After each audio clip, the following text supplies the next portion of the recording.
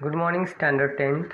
Today we are going to start our first class of English language, and in this class we are going to start with the topic tense. बच्चों, आज हम लोग अपने English language class का first class start करेंगे और अपने first class में सबसे पहले हम लोग टेंस से अपने क्लास की शुरुआत करेंगे। सबसे पहले आप लोगों के सिलेबस में टेंस दिया हुआ है, तो टेंस पढ़ना पहले आप लोगों के लिए ज़रूरी है, क्योंकि टेंस पढ़ने के बाद ही आप लोगों को सेंटेंस का ज्ञान होगा। उसके बाद ही आप लोग सेंटेंस रीअरेंजमेंट, ओमिशंस, इस तरह के क्वेश्चंस, एक्टिव पैसिव, इस तरह के क्वेश्चंस सॉल्व कर सकते हैं।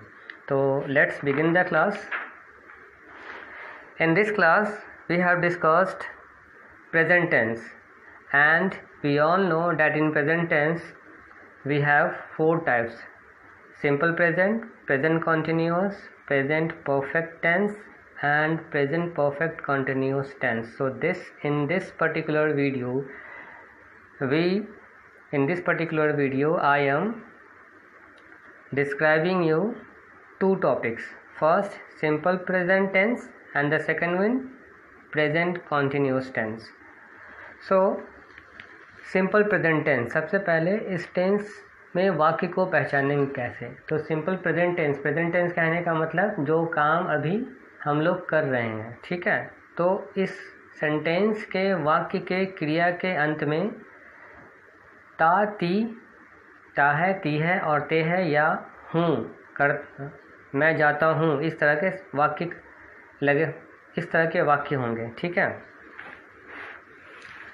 तो सिंपल प्रेजेंट टेंस का स्ट्रक्चर आप लोगों के लिए है subject plus V1/V5 plus object, subject plus V1/V5 plus object. अब V1 और V5 दोनों क्यों? तो V1 यूज़ होगा आपका फर्स्ट पर्सन सिंगुलर नंबर के साथ as well as second person singular number के साथ, और V5 यूज़ करेंगे थर्ड पर्सन सिंगुलर नंबर के साथ, ठीक है। फर्स्ट पर्सन का सिंगुलर नंबर यानी कि आई के साथ V1, यू के साथ V1, ही, सी, इट और एनी सिंगुलर नाउन के साथ V5 का यूज़। एग्जाम्पल से इलेबोरेट कर देता हूँ। राम क्या है? थर्ड पर्सन का सिंगुलर नंबर है, तो इसके साथ V5 का यूज़ करेंगे हम लोग। राम ईट्स एन एप्पल, तो राम इसमें क्या है? थर्ड पर्सन का सिंगुलर नंबर है और इसके साथ क्या यूज़ किए? V5 का यूज़ किए। और एन एप्पल क्या हो गया? ऑब्जेक्ट हो गया। He, third person singular number, again we are using V5। Writes a novel, he writes a novel. I क्या है? फर्स्ट पर्सन का सिंगुलर नंबर है, इसके साथ क्या यूज़ करेंगे? V1। I go to school, go V1 है। You play football, you second person singular number के साथ V1 का यूज़, यू प्ले फुटबॉल। ये जो स्ट्रक्चर है subject plus V1 oblique V5 plus object, subject plus V1 plus V5 plus object. ये जो इसका स्ट्रक्चर है ये पॉजिटिव सेंटेंस के लिए है, ठीक है। निगेटिव सेंटेंस का स्ट्रक्चर आपका होगा subject plus do oblique does, do does का यूज़ करते हैं निगेटिव बनाने के लिए, डू डज का यूज़ करते हैं। तो subject plus do does plus not लगेगा इसमें, क्योंकि निगेटिव सेंटेंस है तो नॉट लगना मैंडेटरी है। उसके साथ V1 का यूज़ होगा, चाहे थर्ड पर्सन का सिंगुलर नंबर ही क्यों ना हो, लेकिन V1 का ही यूज़ करेंगे। क्यों V1 का यूज़ करेंगे? क्योंकि डू और डज का यूज़ हुआ है, डज का यूज़ हो गया इसलिए V1 का यूज़ करेंगे। एग्जाम्पल होगा Ram does not go to office. देखो राम यहाँ पे क्या है? थर्ड पर्सन का सिंगुलर नंबर है, in spite of that we are using V1 that is go. Ram does not go to office, तो गो तो V1 है ना, ठीक है। आई डू नॉट या डोंट, बहुत लोग डू नॉट भी लिखते हैं, बहुत लोग डोंट लिखते हैं, तो जैसा आपको पसंद है आप वैसा लिखें। I don't write any letter, write again V1 है। You don't play cricket, play क्या है? V1 है। So this is the structure of negative sentence. Let's move on the structure of interrogative sentence. In interrogative sentence, we put do, does in the beginning of the structure. After that, place subject. Then after that, V1 plus object, and last question mark. So do oblique does plus subject plus V1 plus object plus question mark. Example, does Ram go to office? Do I write a letter?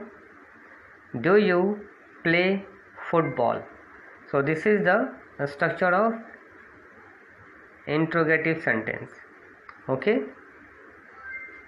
Now let's move on our second topic, that is present continuous tense. So present continuous tense means the task is still going on.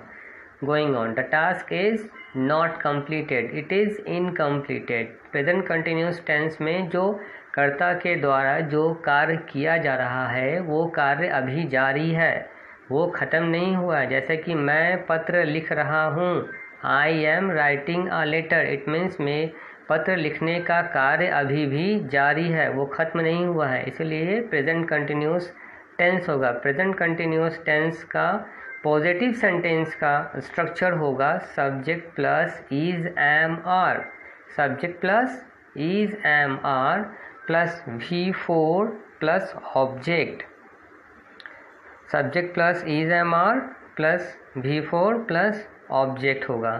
तो is am are according to subject हम लोग लगाते हैं, ठीक है। जैसे ही के साथ इज़ लगेगा, शी के साथ इज़ लगेगा, इट के साथ इज़ लगेगा और थर्ड पर्सन का सिंगुलर नंबर के साथ इज़ लगेगा, ठीक है। एम किसके साथ लगेगा? आई के साथ लगेगा।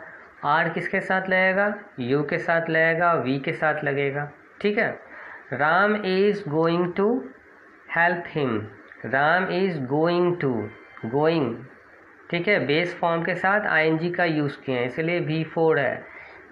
आई am cooking pasta, you are solving the sum. तो ये तो बात हो गई पॉजिटिव सेंटेंस की। नेगेटिव सेंटेंस में क्या स्ट्रक्चर बनेगा?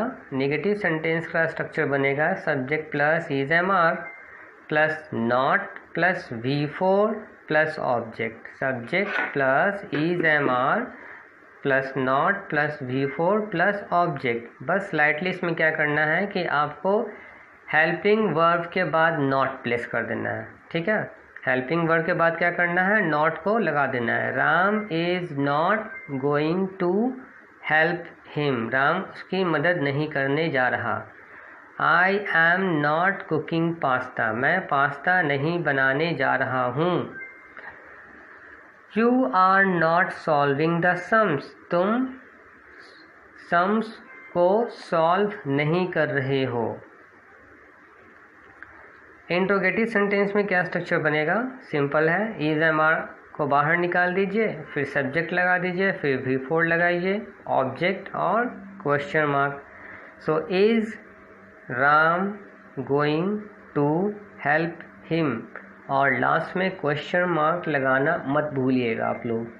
M I cooking pasta? Question mark. Are you solving the sum? Question mark. तो these are the structures of present continuous tense. तो आज हम लोगों ने क्या पढ़ा? आज हम लोगों ने पढ़ा प्रेजेंट टेंस और present continuous tense. Present tense में हम लोगों ने सिंपल प्रेजेंट टेंस पढ़ा था, ठीक है। सिंपल प्रेजेंट टेंस में हम लोग पॉजिटिव स्ट्रक्चर, नेगेटिव स्ट्रक्चर और इंट्रोगेटिव स्ट्रक्चर पढ़े। उसके साथ प्रेजेंट कंटिन्यूस टेंस में पॉजिटिव स्ट्रक्चर, नेगेटिव स्ट्रक्चर और इंट्रोगेटिव स्ट्रक्चर, ठीक है। तो ये तो थी आपके सिलेबस की बात। अब जब एग्ज़ाम्स में क्वेश्चंस आएंगे, वो क्वेश्चंस ऐसे नहीं आएंगे कि आपको ट्रांसलेट करना है। इंग्लिश में ट्रांसलेशन आपका नहीं आएगा। टेंस चैप्टर पढ़ना इसलिए ज़रूरी है क्योंकि टेंस चैप्टर के ऊपर, यानी क्वेश्चन जो होते हैं वो टेंस के ऊपर बेस्ड होते हैं। मैं एक आपको होमवर्क देता हूँ, उसी तरह के क्वेश्चंस आपके आएंगे, ठीक है। इट मीन्स कि आपको वर्ब का सुटेबल फॉर्म वहाँ लगाना होगा। तो सेंटेंस की समझ जब होगी, स्ट्रक्चर का नॉलेज जब होगा, तभी आप सही वर्ड लगा पाओगे, otherwise you will not able to do this, right students? So आप होमवर्क में क्या करेंगे कि अभी तो छुट्टियां हैं, ठीक है, तो इन छुट्टियों का फ़ायदा उठाइए और प्रैक्टिस करिए, ठीक है। जितनी प्रैक्टिस करेंगे आपका कॉन्सेप्ट उतना क्लियर होगा, उतनी समझ में आएगी। और जब स्कूल खुलेगी तो हम लोग जब क्लास में डिस्कशन करेंगे, क्वेश्चन सॉल्व करेंगे, तो आपका टाइम यानी within no time you will be solving the questions. Practice बना रहेगा तो क्वेश्चंस यूँ सॉल्व होंगे, चुटकियों में सॉल्व होंगे। इसलिए अभी बहुत टाइम है आप लोगों के पास, अपने इस टाइम को यूटिलाइज़ करिए, ठीक है, क्योंकि अब आप 10th में आ गए हैं, थोड़ा सा सीरियस हो जाइए। और that's all for today now. Okay, goodbye and have a nice day.